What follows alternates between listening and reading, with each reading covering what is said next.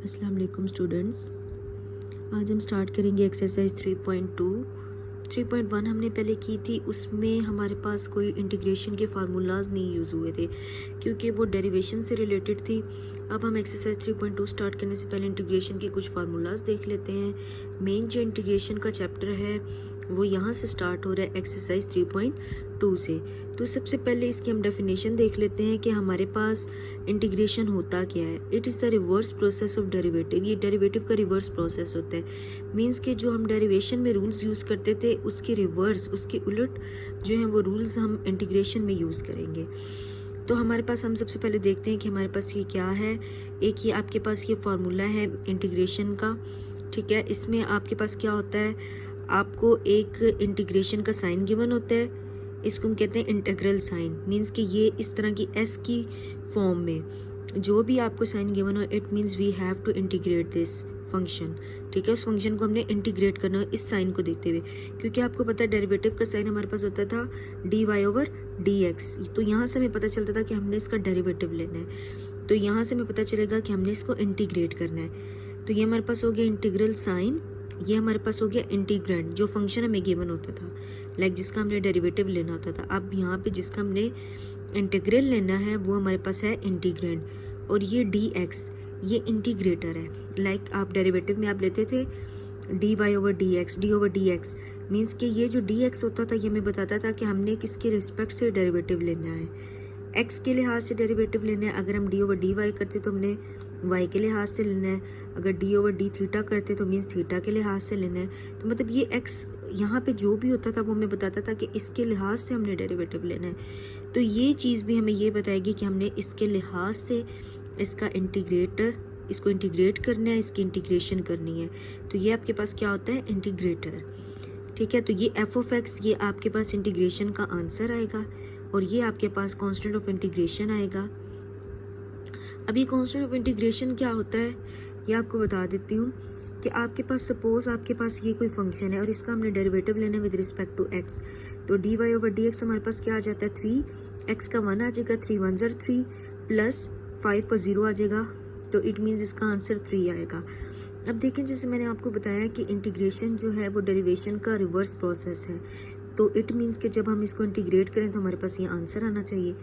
अब जब हम इसको इंटीग्रेट करेंगे तो ये तो हमारे पास बन जाएगा, लेकिन ये जो कांस्टेंट है ये हमारे पास नहीं बन रहा होता है, क्योंकि ये 0 आ जाता है इंटीग्रेशन में, तो हमें इसका नहीं पता चल रहा होता। इसीलिए जब भी हम इंटीग्रेट करते हैं तो हम साथ में सी लगा देते हैं इस कांस्टेंट के रेफरेंस से, यहाँ पे हम सी लगा देते हैं। खैर, हम इसके फार्मूलाज देखते हैं, फार्मूलाज फॉर इंटीग्रेशन, ठीक है। इसमें देखिए पहला फार्मूला जो यूज़ होगा आपके पास, ये मैंने एक जर्नल फॉर्म भी दी हुई है, एक सिंपल फॉर्म में, मीन्स कि सिंपल x दिया हुआ होगा, अगर कोई बड़ा फंक्शन भी दिया हुआ होगा उसके साथ भी मैं आपको इसके फार्मूलाज बताऊंगी। अब देखें, ये एक तरह से पावर रूल है, जैसे डेरिवेशन में आप पावर रूल यूज़ करते थे ना, ये वैसे ही पावर रूल है, ठीक है। उसमें हम क्या करते थे, पावर स्टार्ट में लिखते थे और फिर पावर में से 1 लेस करते थे। लेकिन यहाँ पे आपने क्या करना है, जो आपको वेरिएबल या बेस जो गिवन है वो लिख के पावर में 1 ऐड करना है, और उस पूरे को फिर हमने उससे डिवाइड भी करना है। डेरिवेशन में हम पावर स्टार्ट में पावर में 1 लेस करते थे, तो ये उसका रिवर्स है ना, तो यहाँ पे पावर में 1 ऐड करेंगे, तो उस पूरी पावर को हम डिवाइड भी करेंगे और साथ में कांस्टेंट ऑफ इंटीग्रेशन लगा लेंगे, ठीक है। मज़ीद इसकी जो है वो आपको क्लैरिफिकेशन तब होगी जब हम क्वेश्चंस करेंगे। अब अगर क्वेश्चन नंबर 2 है तो उसमें आपको कोई यहाँ पे बड़ा फंक्शन गिवन है, ठीक है, और ये भी पावर रूल ही है, लेकिन यहाँ पे कोई बड़ा फंक्शन गिवन है, और उसको आप इंटीग्रेट कब करेंगे, जब उसका साथ में डेरिवेटिव मौजूद होगा। अब देखिए यहाँ पे भी होता वही है, लेकिन यहाँ पे x वेरिएबल है। अब अगर यहाँ पे मैं 1 लगा दूँ तो x का डेरिवेटिव क्या होगा, विद रिस्पेक्ट टू x 1 ही होगा ना, तो मीन्स उसका उसके साथ डेरिवेटिव मौजूद है, तो इसीलिए हमने इंटीग्रेट किया। लेकिन मोस्टली हम इसमें ये चीज़ स्किप कर देते हैं, हालांकि हो सेम प्रोसीजर रहा होता है। तो यहाँ पे क्या, हमारे पास फंक्शन है, उसके ऊपर पावर है और साथ में फंक्शन का डेरिवेटिव है। तो अगर फंक्शन का डेरिवेटिव साथ में मौजूद होगा तो तब हम पावर रूल लगाएंगे, तो क्या हो जाएगा, पावर में 1 प्लस हो जाएगा और फिर वही पूरी पावर डिवाइड हो जाएगी और साथ में constant of integration. Then question number 3, हमारे पास कोई भी कांस्टेंट है k, ठीक है, तो हम कांस्टेंट को एज इट इज़ लिख लेते हैं। मतलब उसको स्टार्ट में लिख लें तो इंटीग्रल डी एक्स बच जाएगा, तो उसका डेरिवेटिव हमेशा एक्स आ जाएगा। अगर इंटीग्रल डी वाई होता तो यहाँ पे वाई आ जाता, और साथ में कांस्टेंट, क्योंकि आपको पता है कि हमारे पास वैसे कांस्टेंट का डेरिवेटिव ज़ीरो होता था, ठीक है, लेकिन यहाँ पे कांस्टेंट का डेरिवेटिव वही वेरिएबल आएगा जिसके रिस्पेक्ट से हम उसको इंटीग्रेट कर रहे हैं। देन क्वेश्चन फार्मूला नंबर 4 है हमारे पास साइन। अब साइन का कॉज एक्स डेरिवेशन, अगर हम उसका डेरिवेटिव लेते थे साइन का तो हमारे पास कॉज आता था। अब ये चूँकि उसके रिवर्स प्रोसेस है डेरिवेशन के, तो यहाँ पे साइन का माइनस कॉज आएगा और कॉज का साइन आएगा, मीन्स के साइन का डिफरेंस आ जाएगा, उसके उलट हो जाएगा। अब इसी तरीके से जैसे हमने ऊपर पढ़ा कि अगर साइन और साथ में कोई बड़ा फंक्शन है तो उस फंक्शन का अगर साथ में डेरिवेटिव होगा तो हम उस पर वो वाला अपना जो है वो रूल इम्प्लीमेंट करेंगे, माइनस कॉज और वो फंक्शन और प्लस कांस्टेंट। तो ये मज़ीद आपको डिटेल तब समझ आएगी जब हम आगे एक्सरसाइज करेंगे। कॉज है, कॉज का मैंने आपको बताया साइन एक्स होता है। अगर फंक्शन आ जाएगा तो फंक्शन का साथ में डेरिवेटिव होना चाहिए, तो फिर हम लिखेंगे sine f of x plus c. Next है हमारे पास सेकंड स्क्वायर, तो सेकंड का डेरिवेटिव tan x होगा। इसी तरह अगर सेकंड स्क्वायर कोई फंक्शन है तो फंक्शन का डेरिवेटिव साथ में होगा, तो फिर हम इसके ऊपर जो है ये tan और फिर साथ में फंक्शन और प्लस कांस्टेंट। कोसेकेंड का हमारे पास इंटीग्रेशन क्या होगी, माइनस कॉट एक्स। इस तरह से सेकंड एक्स और tan x की क्या होगी, second x just. Cosecant cot की क्या होगी, minus cosecant x plus c. तो ये आपने इनको अच्छे तरीके से याद करना है। इसी तरीके से एक्सपोनेंट का हम डेरिवेटिव लेते थे, वो भी ई पर एक्स आता था, और यहाँ पे भी इंटीग्रेशन में भी ये चीज़ सेम ही रहेगी। देन अब यहाँ पे तो एक्सपोनेंशियल फॉर्म की वेरिएबल था पावर, अब यहाँ पे हमारे पास एक कांस्टेंट है ए, कोई भी कांस्टेंट हो सकता है एक्स, उसकी पावर क्या है, वेरिएबल है। अगर कांस्टेंट बेस है और पावर वेरिएबल है तो आप क्या करेंगे, उसको एक दफ़ा तो आप उसको ऐसे ही लिख लेंगे, फिर आप ले लेंगे 1 divided by natural log of base. Like अगर यहाँ पे 2 होता तो हम 2 पावर एक्स उसको एज इट इज़ लिख लेते और 1 ओवर नेचुरल लॉग ऑफ 2 भी लिखते साथ में, और साथ में कांस्टेंट ऑफ इंटीग्रेशन। इसी तरीके से अगला है 1 ओवर एक्स का इंटीग्रेशन हमारे पास क्या होगी, natural log of x plus c. tan का होगा हमारे पास natural log of secant x plus c. Cot का होगा natural log of sine x plus c. Then secant का होगा natural log of secant x plus tan x plus c. Cosecant का होगा natural log of cosecant x minus cot x plus c. तो ये आपने अच्छे तरीके से याद करना है। अब ये सब कुछ आ कैसे रहा है, ये फार्मूलाज डिराइव कैसे हुए, ये सब कुछ आपको आगे डिटेल में बताया जाएगा। नेक्स्ट क्वेश्चन नंबर 1 है एक्सरसाइज 3.2 का, एवेलुएट द इनडेफिनेट इंटीग्रल। अब इनडेफिनेट इंटीग्रल क्या होते हैं हमारे पास, जिसकी कोई लिमिट गिवन नहीं होती। आगे आप देखेंगे आपके पास कुछ इंटीग्रल्स आएंगे जिसकी यहाँ पे लिमिट गिवन होगी, तो उसमें क्या होता है हमारे पास एक कांस्टेंट की फॉर्म में आंसर आ रहा होता है, तो ये हमारे पास इनडेफिनेट फॉर्म में आंसर आ रहा है, तो इसीलिए क्वेश्चन में क्या कहा है, we have to find the indefinite integrals. तो खैर जब वो क्वेश्चन आएंगे फिर मज़ीद आपको उसकी भी डिटेल बताऊँगी। तो सबसे पहले हम अपना ये क्वेश्चन देख लेते हैं। हमारे पास पार्ट 1 है इसका। आपने क्या करना है, जैसे डेरिवेशन में करते थे, अगर ये आपके पास 3 वैल्यूज़ आती थी तो आप डेरिवेटिव तीनों पे अलग अलग अप्लाई कर देते थे, तो सेम यहाँ पे भी आपने यही करना है कि इंटीग्रल इस पे भी आ जाएगा, माइनस इस पे भी इंटीग्रल अप्लाई कर देंगे और इस पे भी कर देंगे, साथ डिफरेंशियल लगा देंगे dx dx dx। ठीक है, देन हम क्या करेंगे, अब देखें 3 जो है आपने इसको स्टार्ट में लिख लेना है इंटीग्रल में, जैसे हम लोग डेरिवेटिव में करते थे। अब एक्स स्क्वायर के ऊपर आप इंटीग्रेट इसको करेंगे तो आपने क्या करना है, अब देखें बेस है ना एक्स का डेरिवेटिव होता है 1, तो वो 1 यहाँ पे मौजूद है, तो इट मीन्स कि यहाँ पे हमने इस पे पावर रूल लगा सकते हैं, तो पावर में 1 प्लस करेंगे और इस फिर पूरे को डिवाइड भी करेंगे, -2 स्टार्ट में आ जाएगा, यहाँ पे 1 है, 1 के अंदर मजीद 1 प्लस करेंगे और डिवाइडेड बाई उसी को डिवाइड करेंगे, प्लस मैंने बताया था कि कांस्टेंट का इंटीग्रल क्या आता है, x, डेरिवेटिव 0 आता था, लेकिन यहाँ पे इंटीग्रल आ जाएगा x और प्लस c लगा देंगे, कांस्टेंट ऑफ इंटीग्रेशन। अब इसको सिंप्लीफाई कर लें, 3x पावर ये 3 हो जाएगा divided by 3 minus x power 2 divided by 2 हो जाएगा, और ये वैल्यू एज इट इज़ आ जाएगी, 3 से कैंसिल, 2 से कैंसिल, रिमेनिंग वैल्यू आ जाएगी x cube minus x square plus x plus c आ जाएगा आपके पास। नाउ आपके पास है क्वेश्चन नंबर 2 पार्ट 2 इसका, तो आप अलग अलग इसके ऊपर इंटीग्रल अप्लाई कर दें फर्स्ट ऑफ ऑल। तो देन अब रूट की वैल्यू होती है 1/2 और यहाँ पे इस रूट को ऊपर शिफ्ट कर दें, तो ये 1/2 जब ये ऊपर इसको शिफ्ट करेंगे तो ये -1/2 हो जाएगा। अब सेम वही एक्स है हमारे पास बेस, उसका डेरिवेटिव 1 होता है, वो यहाँ पे मौजूद है। तो आप क्या करेंगे, पावर में 1 प्लस करेंगे और फिर इसको डिवाइड भी करेंगे। यहाँ पे भी पावर में 1 प्लस करेंगे और इसको डिवाइड करेंगे प्लस सी। अब इसको सॉल्व करेंगे तो ये 3/2 और ये भी डिवाइड में आ जाएगा 3/2। इसको सॉल्व करेंगे 1/2 और ये डिवाइड में भी 1/2। अब मैंने काफ़ी दफ़ा अपने काफ़ी क्वेश्चंस में आपको ये बात बताई है कि डिवाइड के नीचे डिवीजन मीन्स के डिवाइड के साथ दोबारा डिवीजन हो रही है, तो ये वाली चीज़ जो है इसको हम इधर शिफ्ट कर देते हैं। तो ये हो जाएगा 2x पावर 3/2 डिवाइडेड बाई 3 और ये वाला भी 2 ऊपर चला जाएगा, x power 1/2 divided by 1 plus c. तो ये 2/3 x पावर 3/2 प्लस 2, इसको आप लिख दें स्क्वायर रूट की फॉर्म में, प्लस सी। ये इसका आंसर आ जाएगा। Now question number 3। अब ये आपको इस फॉर्म में टर्म गिवन है, मीन्स के x इनके साथ मल्टीप्लाई हो रहे हैं। तो आप क्या करेंगे, x को अंदर मल्टीप्लाई करवा दें, x के रूट x से भी मल्टीप्लाई होगा, प्लस x 1 से मल्टीप्लाई होकर x आ जाएगा और ये dx और इंटीग्रल आ गया। इनमें यहाँ पे हमारे पास बेस सेम है तो पावर्स ऐड हो जाएंगी। तो x और 1 + 1/2 हो जाएगा 3/2 प्लस ये एज इट इज़ आ गया। अब इन दोनों के ऊपर अलग अलग इंटीग्रल अप्लाई कर दें। तो अब यहाँ पे पावर रूल लगा दें, पावर में 1 प्लस करें और फिर इसको डिवाइड कर दें, पावर में 1 प्लस करें इसको डिवाइड कर दें, साथ में कांस्टेंट लगा दें। हो जाएगा 5/2, डिवाइड में भी आ जाएगा 5/2। ये हो जाएगा 2, डिवाइड में भी 2, ये 2 हम ऊपर इसको शिफ्ट कर देंगे। 2x power 5/2 divided by 5 plus x² / 2 plus c। आपके पास इसका आंसर आ जाएगा। नेक्स्ट हमारे पास पार्ट 4 है। इसमें भी आपने क्या करना है, अब देखें आपको आगे इस तरह से सिंगल वैल्यू होती थी एक, लाइक ये था, इसको मल्टीप्लाई करवाया, इंटीग्रल अलग अलग अप्लाई कर दिया। लेकिन यहाँ पे आप देखें कि ये इस पूरी टर्म के ऊपर 1/2 है, इट मीन्स कि ये पूरी एक टर्म है, ठीक है। तो ये वो वाली बात थी फंक्शन वाली।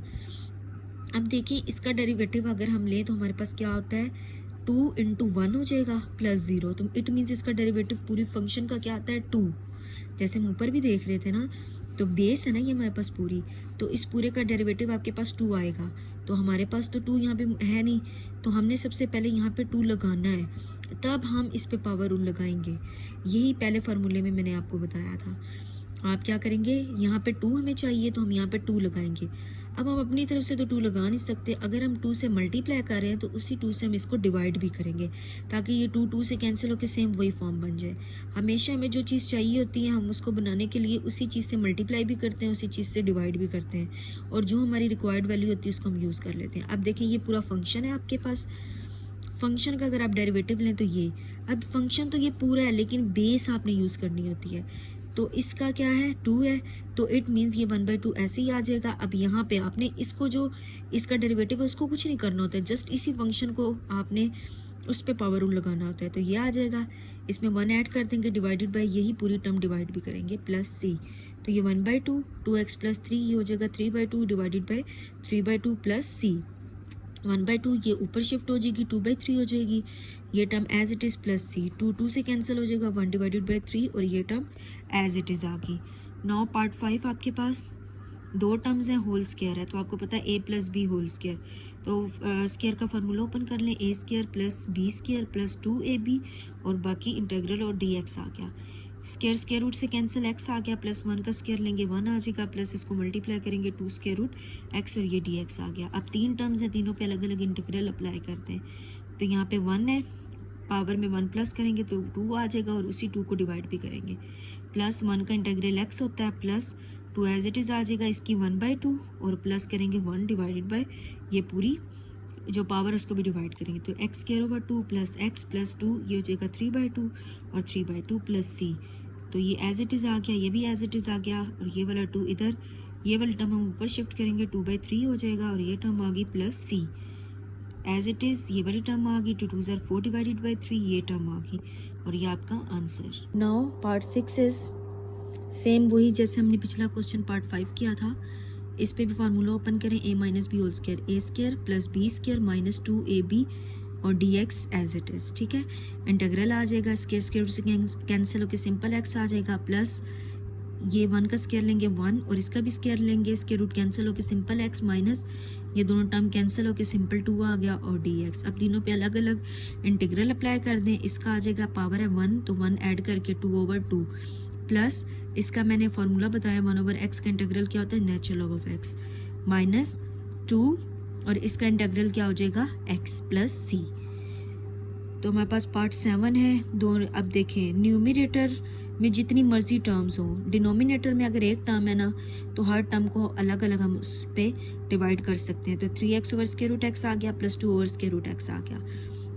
अब ये दोनों बेसिस सेम है तो पावर्स को हम ऐड कर सकते हैं। अगर ऊपर शिफ्ट करेंगे तो उसको सब्ट्रैक्ट करेंगे तो ये इसकी पावर है 1, ये 1/2 ऊपर जाएगा तो -1/2 हो जाएगा, और ये 2x ऊपर जाएगा तो x पावर -1/2 हो जाएगा। अब इन दोनों पे अलग अलग इंटीग्रल अप्लाई कर दें, इसमें पावर रूल लगाएं, 1 ऐड कर दें, इसी से डिवाइड भी करेंगे, 2 एज इट इज़, इस पे 1 प्लस करके उसी से डिवाइड करेंगे प्लस c। तो ये 3x पर आ गई 3/2 divided by 3/2 plus 2x power आ जाएगी 1/2 और ये भी आ जाएगा 1/2 प्लस c। तो ये 3 ये हो जाएगा 2/3 रिवर्स हो जाएगी और ये टर्म आ गई प्लस ये वाला 2 और ये वाला 2 भी ऊपर शिफ्ट हो जाएगा 2 divided by 1 x power 1/2 plus c। 3 से कैंसिल, 2x पावर 3/2 प्लस 2 2 ज़र 4 x power 1/2 plus c। Next part हम देख लेते हैं पार्ट 8। तो आप सबसे पहले इसको अंदर मल्टीप्लाई करवा लें, y 1/2 y से भी मल्टीप्लाई होगा और स्क्वायर रूट y 1 से भी मल्टीप्लाई होगा और y को एज इट इज़ लिख लें। अब ये दोनों बेसिस सेम है तो पावर ऐड हो जाएंगी, 1/2 प्लस 1 प्लस 1/2 ये एज इट इज़ आ जाएगा डिवाइडेड बाय y, ये हो जाएगा 3/2 और ये टर्म एज इट इज़ आ गई, ये भी टर्म एज इट इज़ आ गई। अब इन दोनों को अलग अलग y पे डिवाइड करते हैं तो ये यहाँ पे 1 है तो ये जब ऊपर जाएगा तो ये -1 हो जाएगा। इस तरीके से ये वाला 1 जब ऊपर जाएगा तो यहाँ से भी ये -1 हो जाएगा। इन दोनों को सॉल्व करेंगे 1/2 आएगा, इन दोनों को सॉल्व करेंगे तो -1/2 आएगा। अब यहाँ पे पावर रूल लगाएं, 1/2 में 1 ऐड करेंगे 3/2 और उसी से डिवाइड भी करेंगे, प्लस -1/2 में 1 ऐड करेंगे तो 1/2 और उसी से डिवाइड भी करेंगे प्लस c। तो ये ऊपर जब इसको शिफ्ट करेंगे 2/3 हो जाएगा, y पावर 3/2 प्लस ये 2/1 हो जाएगा तो उसको हम लिख सकते हैं 2 और ये हो जाएगा y power 1/2 plus c। Now next question is part number 9।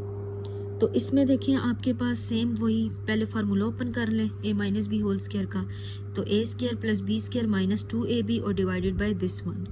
ठीक है, अब आप क्या करेंगे, ये स्क्वायर रूट से कैंसिल होकर थीटा प्लस 1 माइनस 2 1 ज़र 2 और square root theta divided by square root theta, d theta आ गया। अब इस थीटा को अलग अलग डिवाइड कर दो इन सब पे, तो ये 1 माइनस ये पावर 1/2 है तो ये ऊपर जाके -1/2 डी थीटा प्लस ये ऊपर जाके -1/2 डी थीटा और ये वाला थीटा थीटा से कैंसिल हो जाएगा तो -2 और इंटीग्रल डी थीटा।